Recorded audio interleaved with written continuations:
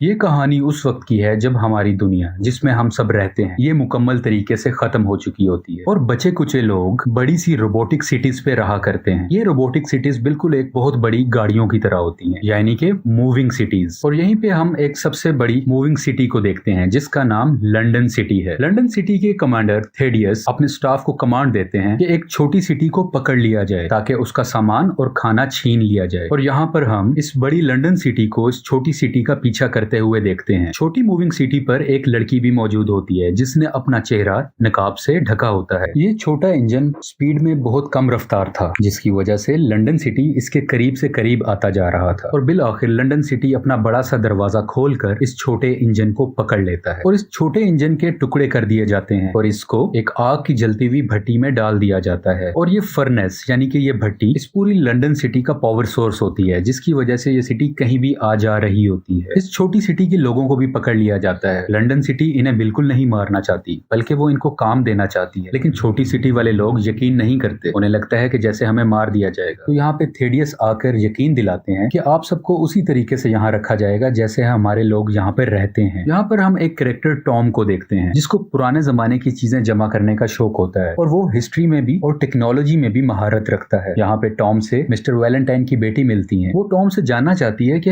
हमारी दुनिया कैसे खत्म हुई थी, हम सब पहले जमीन पर रहते थे, ये सब चेंजेस कैसे आई। टॉम बताता है कि हमारी दुनिया मेड्यूसा की वजह से खत्म हुई जो कि एक क्वांटम वेपन था। इस क्वांटम वेपन की वजह से सिर्फ 60 मिनट्स में पूरी दुनिया तबाह हो गई थी और जो बचे कुचे लोग थे उन्होंने पुरानी तरह की जिंदगी छोड़कर ऐसे बड़े बड़े इंजन्स बना लिए जैसे कि हम लंदन सिटी में रहते हैं। और इसके अलावा अभी भी कुछ ऐसे लोग हैं जो पुराने तरीके से ही रह रहे हैं, जो इन मोर्टल इंजन्स के खिलाफ हैं। टॉम अपने पुराने सामान को देख रहा होता है। ये वही सामान होता है जो उस छोटी सिटी से लंदन सिटी ने हासिल किया होता है। वो अभी ये सब देख ही रहा होता है और थेडियस भी यहाँ पर आता है और टॉम को उसके काम के लिए शाबाश देता है। थेडियस टॉम से पूछता है कि तुम तो पायलट बनना चाहते थे, तुमने उसकी ट्रेनिंग भी ली थी, तो तुम ऐसी रिसर्च क्यों करने लग गए। टॉम बताता है कि बस हालात की वजह से मुझे अपने ड्रीम को छोड़ना पड़ा और ये काम करना पड़ा और वो अपने इस काम में अब बहुत खुश भी है। अब हम उसी लड़की को देखते हैं जिसने मास्क पहना हुआ था। वो चाकू लेके थेडियस की तरफ बढ़ रही होती है ताकि वो उसको मार सके। टॉम इसको देख लेता है, वो उसको रोकने की कोशिश करता है लेकिन कामयाब नहीं हो पाता और वो मास्क वाली लड़की थेडियस को चाकू मार देती है। चाकू मारते ही लड़की कहती है ये सब मेरी माँ का बदला था। हेस्टर शॉ नाम सुनते ही थेडियस परेशानी से उस लड़की को देखता है। इस लड़की का नाम हेस्टर शॉ होता है। ये फिर से दोबारा थेडियस को मारने की कोशिश करती है लेकिन इतनी देर में टॉम पहुंच जाता है और उस लड़की को रोक लेता है और ये लड़की टॉम को धक्का देकर भागने लगती है। टॉम भी इसका पीछा करता है और थेडियस भी उस लड़की के पीछे चला जाता है। ये लड़की भागते हुए स्लिप होकर एक जगह पर गिरने लगती है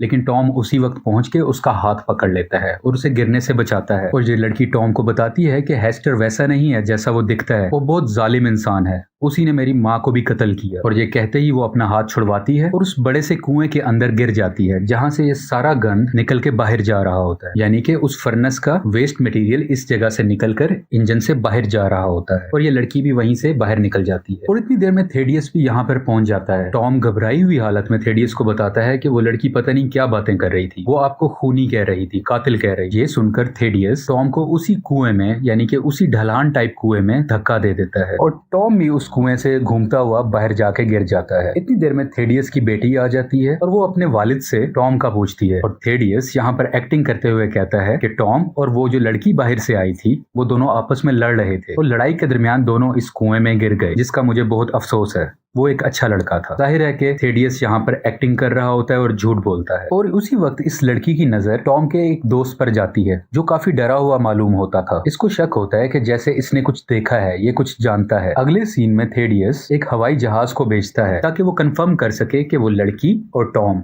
दोनों मर चुके हैं या जिंदा हैं। वो जहाज देखता है लेकिन उन्हें कुछ नहीं मिलता क्योंकि ये दोनों पहाड़ी चोटियों में छुपे होते हैं। हेस्टर अपना चाकू निकालकर टॉम को धमकी देती है कि तुमने मुझे ना रोका होता तो मैं थेडियस को मार देती। हेस्टर यहाँ से जाने लगती है लेकिन टॉम उसको रोकता है और उससे हेल्प मांगता है। वो कहता है कि मैंने अपनी पूरी जिंदगी लंदन सिटी में गुजारी है, मैं वापस जाना चाहता हूँ और उसका मैं ये पोल खोलना चाहता हूँ, उसकी ये हकीकत सब लोगों के सामने लाना चाहता हूँ। और ये बातें सुनकर हेस्टर भी मान जाती है। यहाँ पर हम थेडियस को देखते हैं जो अपने एक सीक्रेट एनर्जी प्रोजेक्ट पर काम कर रहा था और यहाँ पर ये एनर्जी सोर्स के लिए फ्यूजन सेल्स का इस्तेमाल इस्तेमाल करता है। ये पूरा सीक्रेट प्रोजेक्ट सब लोगों से छुप के हो रहा था। इवन के थेडियस के सीनियर ऑफिसर्स को भी नहीं पता था कि थेडियस ऐसा कुछ कर रहा है, और यहाँ पर सिक्योरिटी भी बहुत ज्यादा थी। थेडियस के अलावा यहाँ कोई दूसरा शख्स जा ही नहीं सकता था। लेकिन थेडियस को सिर्फ एक ही डर रहता था कि कहीं हेस्टर फिर से उसके प्रोजेक्ट में रुकावट ना बने। तो थेडियस के साथ काम करने वाली डॉक्टर उसको मशवरा देती है, तुम समंदर के दरमियान मौजूद जेल में एक कैदी से मिलो। वो मॉन्स्टर है, वो दरिंदा है, और वो हर वक्त हेस्टर शॉ का नाम लेता रहता है। वो उसको मारना चाहता है। लॉर्ड थेडियस फौरन से जाकर उस मॉन्स्टर से मिलते हैं, जिसकी आंखें सब्ज कलर की होती हैं, जिसकी आंखें ग्रीन कलर में दहशत फैला रही होती हैं। थेडियस उस जेल पर हमला कर देता है, और इसी हमले से वो मॉन्स्टर भी आजाद हो जाता है और हेस्टर को मारने के लिए उसकी तलाश में चला जाता है। हेस्टर और टॉम बहुत पुरानी ब्रेड खा रहे होते हैं, क्योंकि इनके पास और कोई खाना मौजूद नहीं होता, और खाना खाकर ये दोनों सो जाते हैं। कुछ बड़े मोटर इंजन की आवाज से हेस्टर की आंख खुल जाती है, और वो देखती है कि टॉम कुछ इंजन से हेल्प मांग रहा है। और लेकिन टॉम नहीं जानता था कि वो सिटीज लोगों का शिकार करती हैं और उनको कब्जे में ले लेती हैं। वो शिकारी सिटीज इन पर हमला करती है, लेकिन उसी वक्त एक और सिटी जो सेंटीपीड की तरह होती है वो इनकी जान बचा लेती है। लेकिन इनको बचाने वाले लोग इनका बहुत ख्याल रखते हैं और इनको चाय पीने के लिए भी देते हैं। दूसरी तरफ लॉर्ड थेडियस की बेटी को लगता है कि उसके फादर की जान खतरे में है, इसलिए वो जाकर टॉम के दोस्त से मिलती है। ये वही दोस्त है जिसने टॉम और हेस्टर को उस कुएं में गिरते हुए देखा था। जब थेडियस की बेटी इसे पूछती है कि तुम कुछ न कुछ जानते हो, तुम मेरी हेल्प करो, टॉम का दोस्त कहता है कि तुम क्या करोगी जान के। वो कहती है कि मेरी फादर की जान को खतरा है, और वो दोस्त कहता है कि अगर किसी की जान को खतरा है तो वो हम सबको है, तुम्हारे फादर को नहीं, क्योंकि तुम्हारे फादर ने ही टॉम को धक्का मारकर गिराया था और अपने रास्ते से हटा दिया था। इसके अलावा टॉम का दोस्त ये भी बताता है कि तुम्हारे फादर एक सीक्रेट वेपन बना रहे हैं, जिससे वो उन सिटीज पर अटैक करेंगे जो लोग हमारी तरह मोटल इंजन्स पर नहीं रहते, बल्कि वो लोग पुराने तौर तरीकों के मुताबिक ही जिंदगी गुजारते हैं, और वो उनकी दीवारों को तोड़ना चाहते हैं ये वेपन बना के, क्योंकि तुम्हारे फादर थेडियस को लगता है कि उन सिटीज में बहुत खाना है, बहुत हथियार हैं, बहुत फ्यूल है, तो इस वेपन की मदद से हम उनको हरा सकते हैं। ये सब सुनकर थेडियस की बेटी बहुत मायूस हो जाती है। फिर से हम हेस्टर और टॉम को देखते हैं। वो लोग देखते हैं कि जिन लोगों ने उनकी हेल्प की थी वो उनको सही रास्ते पर लेकर नहीं जा रहे होते,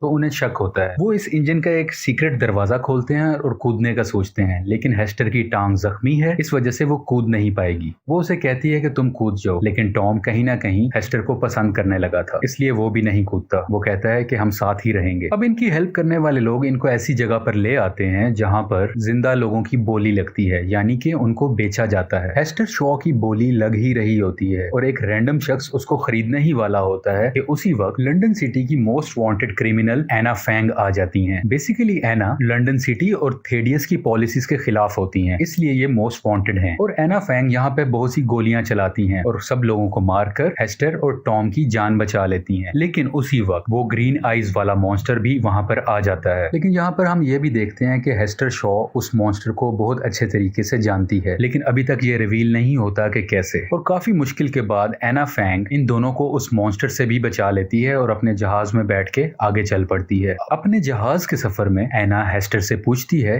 कि तुम उस मॉन्स्टर को कैसे जानती हो और वो तुम्हें मारना क्यों चाहता है। हेस्टर बताती है कि इसी मॉन्स्टर जिसको मैं स्राइक कहती हूँ, इसी ने मुझे पाला, बड़ा किया, मेरा ख्याल रखा। मेरी माँ को जब थेडियस ने मार दिया था तो मेरा कोई सहारा नहीं था और मैं इसी ग्रीन मॉन्स्टर को मिली। इसने मुझे पाला, बड़ा किया, मेरा ख्याल रखा, मुझे खाना खिलाया, लेकिन मैं फिर भी काफी उदास रहती थी। और मेरी उदासी को देखते हुए मॉन्स्टर ने मुझसे वादा किया कि मैं तुम्हें भी अपनी तरह बना दूंगा, ताकि तुम्हें कोई बुरी यादें ना आए, तुम्हें कोई दुख ना रहे, और तुम मेरे साथ वादा करो कि तुम मेरी तरह मॉन्स्टर बनोगी ताकि हमेशा से जिंदा रह सको। वो उसे वादा भी कर लेती है, लेकिन उसे जब कुछ दिन पहले पता चला होता है कि थेडियस वैलेंटाइन जिंदा है और वो कहाँ पर है, तो वो उसे मारने का इरादा करके उस मॉन्स्टर के पास से भाग जाती है। और यही वजह थी कि हेस्टर मॉन्स्टर के पास से भाग चुकी थी और उसने अपना वादा तोड़ा था, क्योंकि वादा ये था कि वो उस जैसी मॉन्स्टर बनेगी, लेकिन वो भाग चुकी होती है। और इसी वजह से उस मॉन्स्टर को गुस्सा आता है और वो हेस्टर को जान से मार देना चाहता है। फिर से हम लंदन सिटी को देखते हैं, जो कि अपनी डिसाइडेड डायरेक्शंस की बजाय किसी और ही डायरेक्शन की तरफ जा रही थी। जब थेडियस के सीनियर ऑफिसर को ये पता चलता है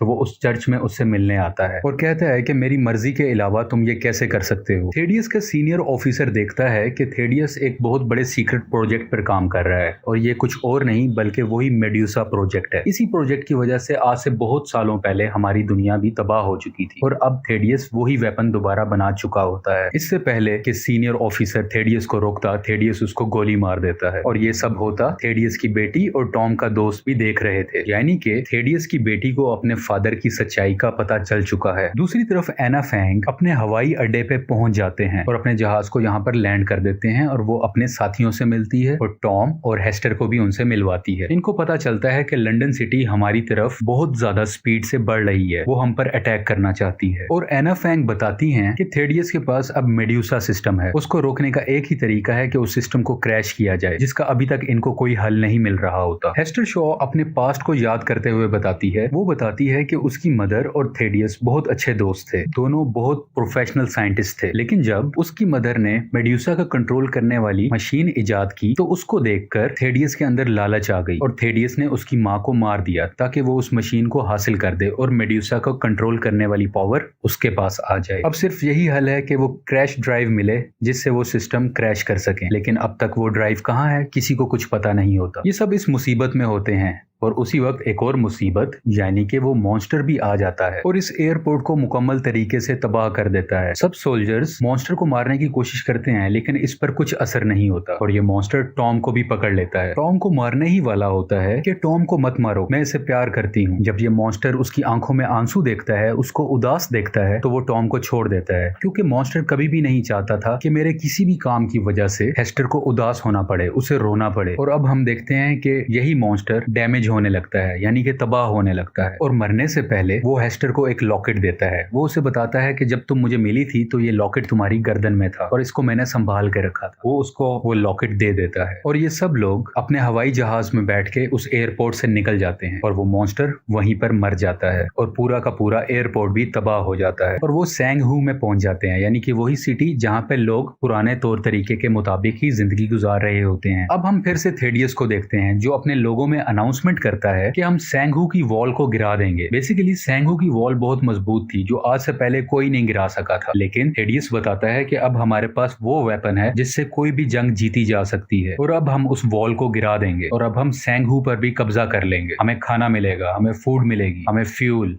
हमें रहने की जगह और भी बहुत कुछ। सब लोग बहुत खुश हो जाते हैं। एना अपने सीनियर ऑफिसर गवर्नर से ये इजाजत मांगती है कि हमें पहले लंदन सिटी पर अटैक कर देना चाहिए क्योंकि अगर हमने पहले अटैक नहीं किया तो थेडियस मेडुसा की मदद से हमारी सिटी को तबाह कर देगा और गवर्नर इजाजत दे देते हैं और इसके बाद सैंगहू की एयरफोर्स और आर्मी हमले के लिए बिल्कुल तैयार हो जाती है। हेस्टर अपने लॉकेट को देख रही होती है जो उसकी माँ ने उसे दिया था। वो उसको देखती है, एकदम वो उसको खोल लेती है और वो अंदर देखती है कि इसके अंदर तो वही क्रैश ड्राइव है जो मेडुसा को क्रैश करने में उनकी हेल्प कर सकती है। वो इस बात की मालूमात टॉम को देती है। दूसरी तरफ थेडियस इनके करीब पहुंच जाता है और वो मेडुसा से इन पर अटैक कर देता है। इस अटैक की वजह से इनकी पूरी की पूरी वॉल डैमेज हो जाती है और जितने भी प्लेन्स इस वॉल के ऊपर खड़े थे वो भी सब के सब तबाह हो जाते हैं और ये दोनों इस क्रैश ड्राइव का एना फैंग को भी बता देते हैं। अब ये सब मिलकर लंदन सिटी की तरफ अटैक करते हैं। रास्ते में जाते हुए इनके बहुत से सोल्जर्स मारे जाते हैं, बहुत से जहाज तबाह हो जाते हैं, लेकिन बिल आखिर कुछ लोग लंदन सिटी में पहुंच ही जाते हैं। यहाँ पर एना और थेडियस की आपस में फाइट हो रही होती है जिससे उसका ध्यान बढ़ जाता है और इस चीज को देखते हुए हेस्टर उसी चर्च में आ जाती है जहाँ पे मेडुसा दोबारा से रिचार्ज हो रहा था क्योंकि उसे एक बार दोबारा से हमला करना था। और काफी मुश्किल के बाद हेस्टर उस वेपन यानी कि मेडुसा को अपनी माँ की तरफ से दी गई यूएसबी लगाकर क्रैश कर देती है, यानी कि अब ये सिस्टम सेट डाउन हो चुका है। और दूसरी तरफ लड़ाई में एना फैंग काफी हद तक घायल हो जाती हैं और वो हेस्टर को कहती हैं कि तुम यहाँ से भाग जाओ, लेकिन लड़ाई में एना फैंग की मौत हो जाती है। थेडियस चर्च से बाहर निकलता है और उसको अपनी बेटी मिलती है। वो उसे कहता है कि चलो हम यहाँ से भाग जाते हैं, लेकिन उसकी बेटी उसकी सच्चाई जानती थी और वो उसे कहती है कि मैं खूनी इंसान के साथ नहीं जाना चाहता और वो खुद जाने लगता है। वो जा ही रहा होता है कि हेस्टर थेडियस का रास्ता रोक लेती है क्योंकि वो उससे बदला लेना चाहती थी, लेकिन थेडियस यहाँ पे एक सच बताता है कि हेस्टर तुम मेरी ही बेटी हो, तुम्हारी माँ और मैं बहुत क्लोज थे। ये सुन के हेस्टर को बहुत शौक लगता है। दूसरी तरफ थेडियस की बेटी लंदन सिटी की कंट्रोल रूम में जाती है क्योंकि इनकी ये मोर्टल सिटी बहुत तेजी से उस वॉल की तरफ बढ़ रही थी जहां पर जिंदा लोग थे। ये इसको रोकना चाहती है, लेकिन तमाम कंट्रोल सिस्टम डैमेज हो चुके थे और ये इसको रोक नहीं पा रही थी। ये टॉम की हेल्प लेती है। टॉम अपने जहाज में बैठकर लंदन सिटी का पावर सोर्स को तबाह कर देता है, यानी कि वही भट्टी जहां से लंदन सिटी को पावर मिल रही थी आगे चलने में, आगे बढ़ने में। ये इसको मुकम्मल तरीके से तबाह कर देता है। टॉम देखता है कि थेडियस और हेस्टर में अभी भी जंग चल रही थी, उनमें लड़ाई हो रही थी। तो टॉम इनकी तरफ आता है और थेडियस को बचाकर अपने साथ ले जाता है और हेस्टर वहीं पर नीचे गिर जाता है। लेकिन जब वो देखता है कि जहां पर वो गिरा होता है लंदन सिटी बिल्कुल उसी की तरफ आ रही होती है, वो उसको देख के अपनी आंखें बंद कर लेता है और लंदन सिटी उसके ऊपर से गुजर जाती है और यहाँ पर थेडियस की भी मौत हो जाती है और उसके साथ ही शहर भी रुक जाता है, यानी कि अब वो आगे मूव नहीं करता। लंदन सिटी के बचने वाले लोग सैंगहू सिटी से शेल्टर मांगते हैं और सैंगहू सिटी के गवर्नर उनको वेलकम करते हैं और दूसरी तरफ टॉम और हेस्टर दोनों एक दूसरे से गले मिलते हैं और उसके बाद वो अपने जहाज पर बैठकर सैर करने के लिए निकल जाते हैं और बहुत घूमते हैं, एंजॉय करते हैं और यहीं पर मूवी की स्टोरी खत्म हो जाती है।